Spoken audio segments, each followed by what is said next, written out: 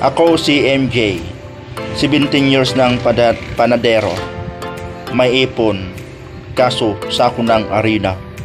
Ayan, at kung napapansin nyo mga kabiking, umiikot dyan yung mixture. At ayan naman si ate, gustong magpaturo yan sa paggawa ng tinapay. At kumaway nga si ate at kasama niya yung kanyang pinakagwapong anak.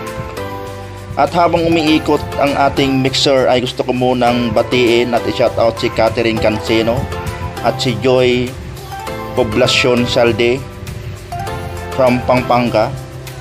At ayan nga, at patuloy na umiikot ang ating mixer at tinitignan nga yan ni ate.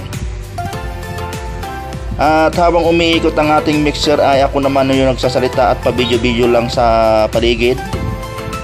Ayan. At ayan nga, ay nagsimula na sila agad dyan ay dahil shortcut lang yung ating video, ay puro shortcut na lang ito. At gusto ko lang sabihin sa inyo na si ate at ang kanyang anak ay galing pa yan ng Aklan.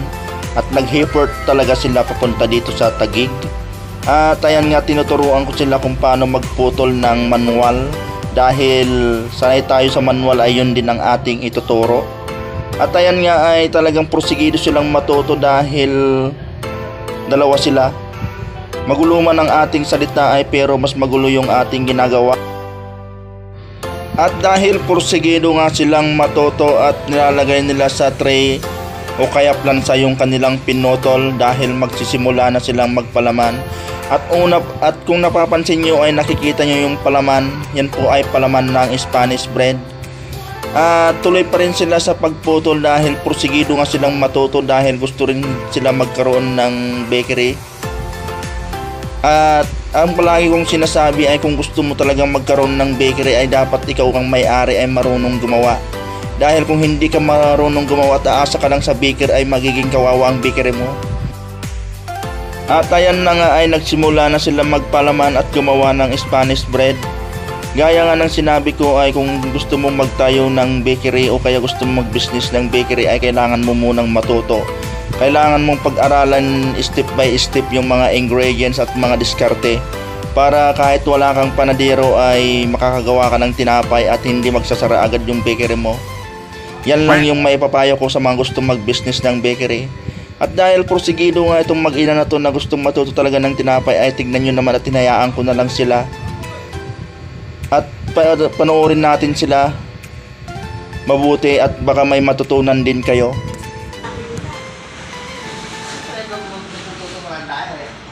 Oo nga. Pag nagawa yung lahat ng klase ng tinapay dito, pwede na. Pwede na kayo magbukas doon sa inyo.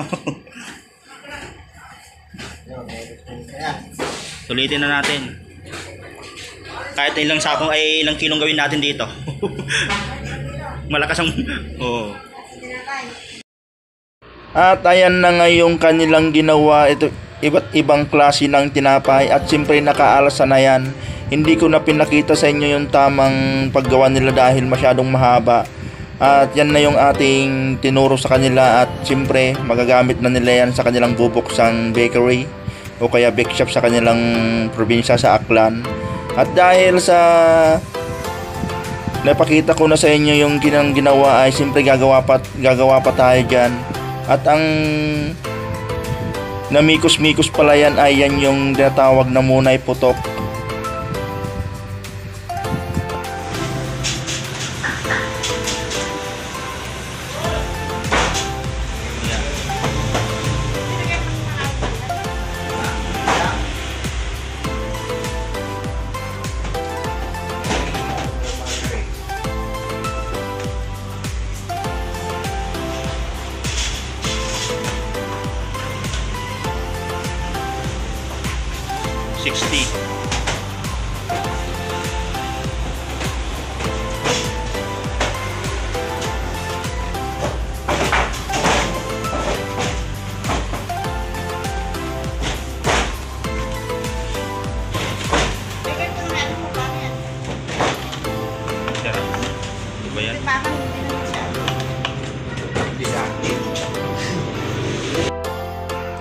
At dahil sa porsigido silang matuto gaya nga ng sinabi ko ay tayo na yung nag-effort na magluto. Dahil si ate ay marunong magluto yan tinapay dahil yan ay ex-abroad. Kumbaga gumagawa siya ng tinapay sa abroad kaya meron na rin siyang idea sa pagluluto ng tinapay.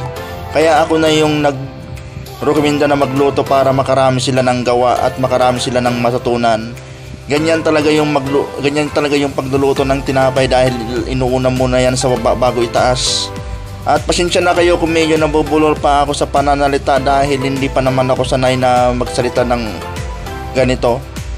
At intindihin nyo na lang kung sa ako sa mga Digimon ay hindi pala, o nga pala Digimon dahil hindi pala utal-utal pala ako dahil hindi nga tayo sanay sa mga ganito. At paulit-ulit na lang ulit itong sinasabi ko at tingnan nyo na lang mabuti yung ginagawa ko. At mamaya ipapakita ko sa inyo lahat ng finished product.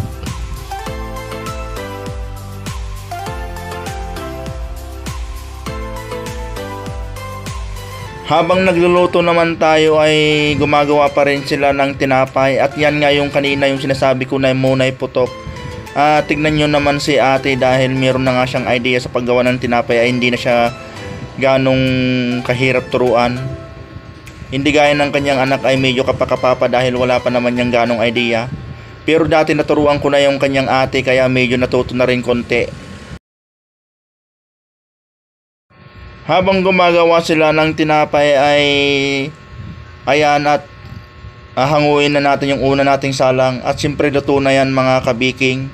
At mamaya nga ay papakita ko sa inyo yung buong product na ginawa nila. At uulitin ko lang mga kabiking ay kailangan yung magprosige rin na matuto kung gusto nyo talaga mag-business ng ganitong business sa pagbe-bakery. At patuloy pa rin tayong naghahango dyan. Ganyan talaga yung diskarte sa pagluluto ng tinapay. At sana meron din kayo natutunan sa ating pagtuturo.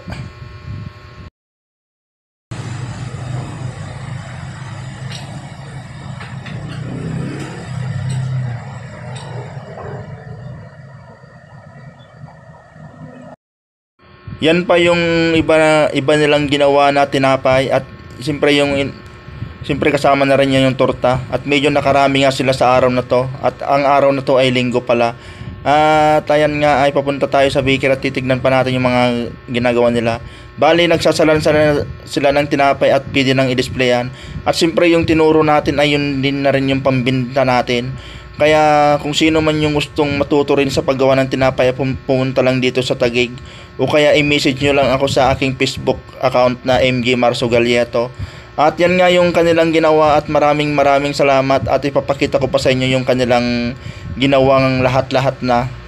Ayan, at tignan nyo naman yung ginawa nila. At malaking tulong na rin sa kanila yan sa pag-uwi nila dahil yan na talaga yung kanilang gagawin sa bubuksan nilang bakery.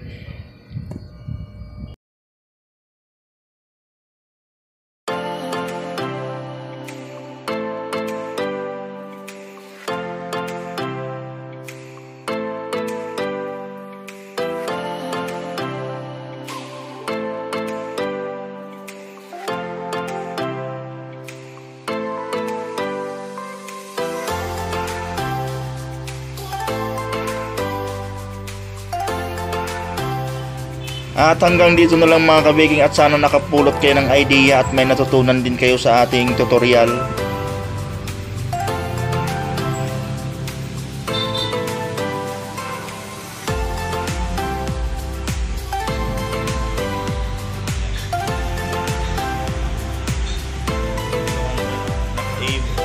Ito na yung glass na pag inedit ko yung vlog ko.